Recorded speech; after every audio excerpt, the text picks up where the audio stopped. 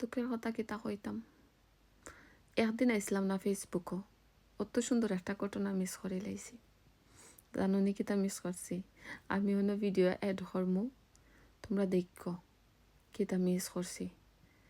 আমি দেখা আস্তে আস্তে আমার পেটও বেদনা ধরে লাইছে। এটা এখন যদি আমি এটা বানাইতাম না ভিডিওটা, আমি কিতা কইতাম, আমি শান্তি পাইতাম না। এত শান্তি পাইছি, হায় রে আমার তো নেফা। অত অত অত অত অত বেশি ধন্যবাদ আপনারে, মুখে কইয়া বুঝাইতে পারতাম না। আমার মনের প্রত্যেকটা কথা খাইরা লইয়া গেছে কি বেটি কোথায়। বেটির ভিতরে ট্যালেন্ট আছে, সাহস আছে, কইতুই পাই। সো যাই হোক, ওখানকা আমি ভিডিও এড করাম, আপনার দেখোকা। যারা যারা মজা লাগছে তারা কমেন্ট করবা, যারা মজা লাগছে না তারাও কমেন্টস করবা। ওকে, ছোট উদ্যোক্তাদের সাথে, নরম উদ্যোক্তাদের সাথে ভয় দেখাবা, এই করবা সেই করবা, হ্যাঁ পেজ উড়াই দিবা, এই করবা সেই করবা। তুমি আসো না আমার সাথে, আসো না আমার সাথে, দেখি গাছ থাকলে দাও না আমার নিয়ে, আমার নাম ধরে পোস্ট দাও না দেখি, আমার পেজ উড়ানোর থ্রেটটা দাও না দেখি।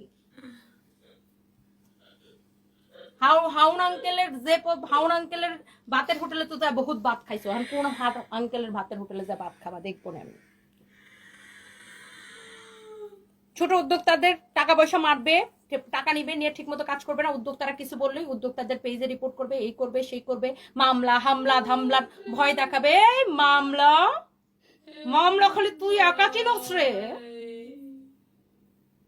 100টা উকিল নামাই দিতে পারবো কালকে। হ্যাঁ, সবার সাথে বাড়াবাড়ি করতে করতে, বাড়াবাড়িরও না একটা লিমিট থাকা উচিত। লিমিট ক্রস করে ফেলছে। 2 দিন পরে পরে ছোট উদ্যোক্তারা দেখবেন তারা নিয়ে নিয়ে পোস্ট দেয় যে আমার টাকা দিছিলাম, আমার টাকা অনুযায়ী কাজ করা নাই। 2 দিন পরে পরে ছোট ছোট উদ্যোক্তারা তাকে নিয়ে পোস্ট দেয়। সবার সাথে বাড়াবাড়ি করে করে সে ভাবছে আমার সাথে সে বাড়াবাড়ি করে পার পাওয়া যাবে। আমাকে সে বলে আমি নাকি ফেক রেস্টুরেন্টের মালিক।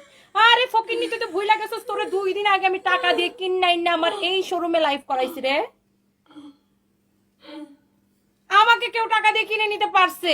জীবনে কেউ কিনে নিতে পারছে আমাকে টাকা দিয়ে? কেউ কোনোদিন আমাকে টাকা দিয়ে কিনে নিতে পারে নাই। দরকার নাই, আমার নিজের বিজনেস আছে, নিজের পরিচয় আছে। এখন তো 3টা রেস্টুরেন্ট দেখছস আমার, 1 বছরের মধ্যে দেখ আমি কয়টা রেস্টুরেন্ট দেই। ফালতু কোনখানকার। কিন্তু আমার কোনোদিন রেস্টুরেন্ট নিয়ে ফুটানি করতে দেখছেন যে ও মাই গড এটা আমার রেস্টুরেন্ট, ও মাই গড এটা আমার রেস্টুরেন্ট, আমি এত রেস্টুরেন্ট কোনোদিন দেখছেন? প্রশ্নই আসে না, প্রশ্নই আসে না। কেউ জানতোই না যে আমার রেস্টুরেন্ট আছে, প্রশ্নই আসে না। কালকে শুধু আমি একটা লাইভ করছি আমার একটা হল থেকে, কনভেনশন হল থেকে, কারণ ওইটা হচ্ছে 1000 মানুষের ক্যাপাসিটি। ওই কনভেনশন হলটা ধানমন্ডি এয়ার প্লাজার উপরের 5th ফ্লোরে, হ্যাঁ 5th ফ্লোরে 1000 মানুষের ক্যাপাসিটি। সো আমার পার্টনার আমাকে বলতেছে যে আপু আপনি এটা লাইভটা করেন, আপনি সবাইকে বলেন যে এটার ওনার আপনি আসেন, কারণ নয়তো এটা 1000 মানুষের ক্যাপাসিটি, এটার একটা ভালো প্রমোশন দরকার, আপনি না বললে তো আমরা বেশি কাস্টমার পাবো না। সো কালকে আমি বাধ্য হয়ে আমি লাইভে বলছি যে ইয়াস এটা আমার রেস্টুরেন্ট, কারণ আমি কাউকে বলি না যে আমার রেস্টুরেন্ট আছে, কারণ আমার এসব ফুটানির দরকার নাই ভাই। কি লাভ হবে এত ফুটানি করে? আমি নিজেই নিজের বললাম আমার স্বামী আমাকে ঐশ্বরিয়া রায় বলেছে। তুমি ঐশ্বরিয়া রায়ের গুয়ের মতো মেজাজটা খারাপ করে, না স্বামী নাকি ঐশ্বরিয়া রায়ের মতো করে বলেছে। নিজের ফুটানি সারাক্ষণ নিজের তবলা নিজেই বাজাইতে থাকে।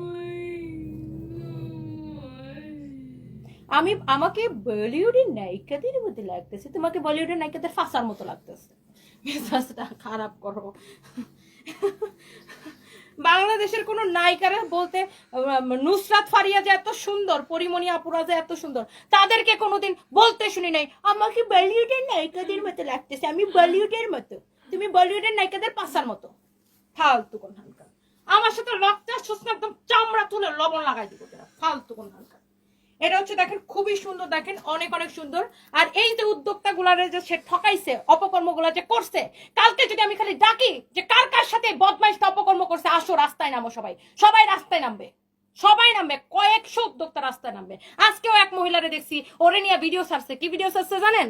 যে মহিলা মেকআপ করার ব্রাইডাল শুট করার জন্য ওরে টাকা দিয়ে কিনা নিয়ে গেছিল, সেই জায়গায় ভালো করে ব্রাইডাল শুট করে নাই, আধা মাদা শুট করে চলে আসছে কোন রকম, কিন্তু বেডির থেকে টাকা ঠিকই নিয়ে নিছে। সবাই মনে করছে সে মানে এর জামাই। আবার আমার জামাইরে নিয়ে পোস্ট দিছিল, আমার জামাই নাকি তবলা বাজাতে পারে না। তুই বাজা, তবলা বাজা, তোর বউরে ভালো করে তবলা বাজা, তবলা ফাটাই দিব আমি একদম। আমার জামাইয়ের মতো একটা ভদ্র রূপরে নিয়ে তুই যে নোংরা পোস্ট করছিলি, এটা আমি এখনো ভুলি নাই। সারা জীবন মনে রাখবো, মরার আগ পর্যন্ত মনে রাখবো। আমার জামাইয়ের মতো একটা ভদ্রলোক, এরকম ইনোসেন্ট মানুষ আমি আমার জীবন আমি দেখি নাই। আমার জামাইরে তুই তবলা বাদককে পোস্ট দিছিলে না, জীবন এটা ভুলবো না। Just mind it.